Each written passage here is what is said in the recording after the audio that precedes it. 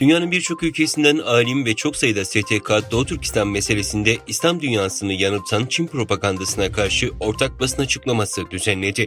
Çin tarafından geçtiğimiz hafta 14 farklı Müslüman ülkeden davet edilen 30 kişilik heyet Doğu Türkistan'ı ziyaret etti. Uluslararası Doğu Türkistan Sivil Toplum Kuruluşları Birliği ve İslam dünyasından çok sayıda kuruluş, yapılan ziyarete ve Doğu Türkistan'daki Çin zulmüne ilişkin ortak basın açıklaması düzenledi. Çin devletinin argümanlarını İslam dünyasına aktarmaları için özel olarak seçilen isimler, ziyaret sonrası Doğu Türkistan'daki zulmü gizleyen açıklamalar yaptı. Düzenlenen basın açıklamasına yurt içi ve yurt dışından ulusal ve uluslararası alanda faaliyet gösteren 30'dan fazla STK ile çok sayıda tanınan alim ferdi olarak destek verdi. 13 Ocak'ta Fransız basınında çıkan haberlere göre France International gazetesinin Şangay merkezli muhabiri yaptığı paylaşımda Çin yapımı kamera ve gözetleme sistemlerinin yaklaşık 15 yıldır dünya pazarına hakim olduğunu ortaya koydu. Bu süreçte Çin en acımasız baskıcı diktatörlere gözetleme ekipmanı sağlamaktan çekinmedi.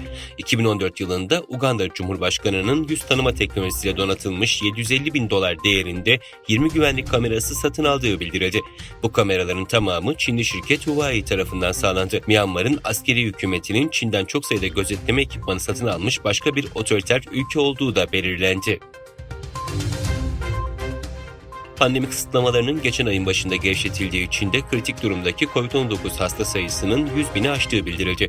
Ulusal Sağlık Komisyonu Tıp İdaresi Bürosu Başkanı kritik hasta sayısının 5 Ocak'ta 128.000 ila en yüksek seviyeye ulaştığını, 20 Ocak'ta 105.000 civarında olduğunu belirtti. Japonya Başbakanı Kishida Fumio, Hiroşima'da düzenlenecek G7 Liderler Zirvesi'nde nükleer silahsız bir dünya vizyonu ortaya koymayı hedeflediklerini söyledi. Başbakan Kishida, G7 ülkelerini kapsayan gezisinin son durağı ABD'de düzenlediği basın toplantısında, hafta boyu süren gezisinde ayrı ayrı bir araya geldiği Fransa, İtalya, İngiltere, Kanada ve ABD liderleriyle ikili ve bölgesel ilişkileri ele aldığını anlattı.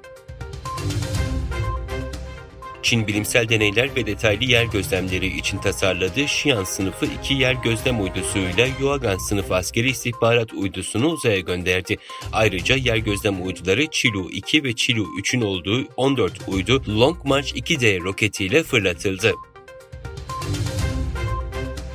Özbek basını Rusya'nın Özbekistan'dan ülkedeki gaz taşıma sistemini Gazprom'a devretmesini teklif ettiğini ileri sürdü. Haberde Rus tarafının Kazakistan'dan geçen Orta Asya Merkez Doğalgaz boru hattı üzerinden Rus gazını Özbekistan tedarik etmeyi teklif ettiği, bunun karşılığında Rusya'nın Özbekistan'dan ülkenin gaz taşıma sisteminin mülkiyetini ve Özbekistan'ın Çin'e gaz ihracatı haklarının Gazprom'a devredilmesini istediğini iddia etti.